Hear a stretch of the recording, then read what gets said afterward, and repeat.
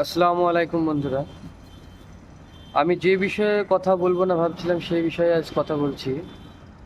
কিছুদিন আগে Rahul Gandhi press conference করেছিল এবং সেখানে কিভাবে সাধারণ মানুষের ভোটকে চুরি করা হয় এবং ভোট চুরি করে একটা রাজনৈতিক দলের সাথে সাথ দেওয়া, সেই প্রমাণটা তিনি তুলে ধরেছেন।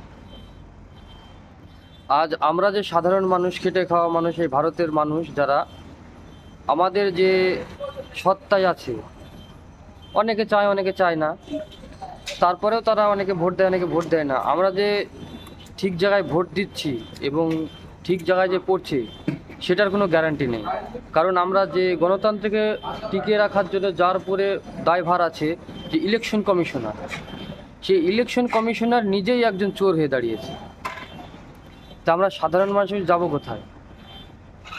আমরা তো নামেই স্বাধীনতা পেয়েছি, যেমন আগামী 15ই আগস্ট স্বাধীনতা দিবস পালন করা হবে, কিন্তু আমাদের স্বাধীনতা দিবসটা মানুষের মুখে বাইরে এটাই।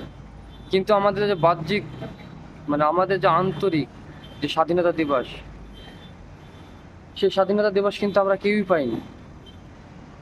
কারণ আমাদের যে গণতান্ত্রিক অধিকার সেটাই তো কেড়ে নিয়েছে এবং কেড়ে নিতে চলেছে।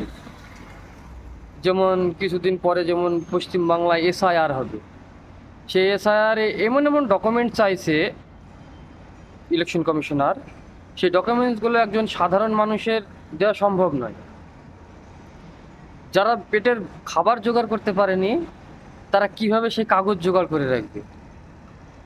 বিশেষ করে যে ইলেকশন কমিশনার বলছে, তার বাপেরই তো সেই কাগজ নাই, তারপরেও সে একটা একটা রাজনৈতিক দলের সমর্থনে গিয়ে, মানে এনআরসি না কিন্তু এনআরসির মতোই এসআইআর করবে।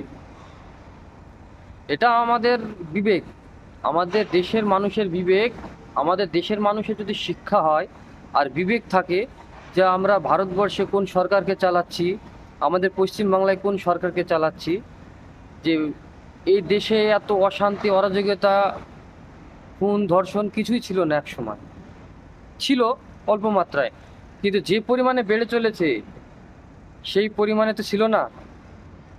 তা আমাদের মানুষকে বুঝতে শিখতে হবে, বিবেক দিয়ে ভাবতে হবে যে কোন সরকার আসলে, সত্তায় কে আসলে আমাদের সমাজের জন্য আমাদের দেশের জন্য উপকার হবে, সেই জায়গা মতো গিয়ে ভোটটা করতে হবে আমাদের।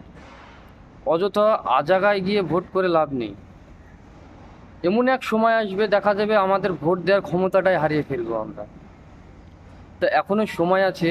দেশের মানুষকে, রাজ্যের মানুষকে, সকলকে বলছি যে দেশের জন্য সমাজের জন্য যেই রাজনৈতিক দল ভালো হবে সেই রাজনৈতিক দলকেই নিয়ে আসা আমাদের জন্য উচিত।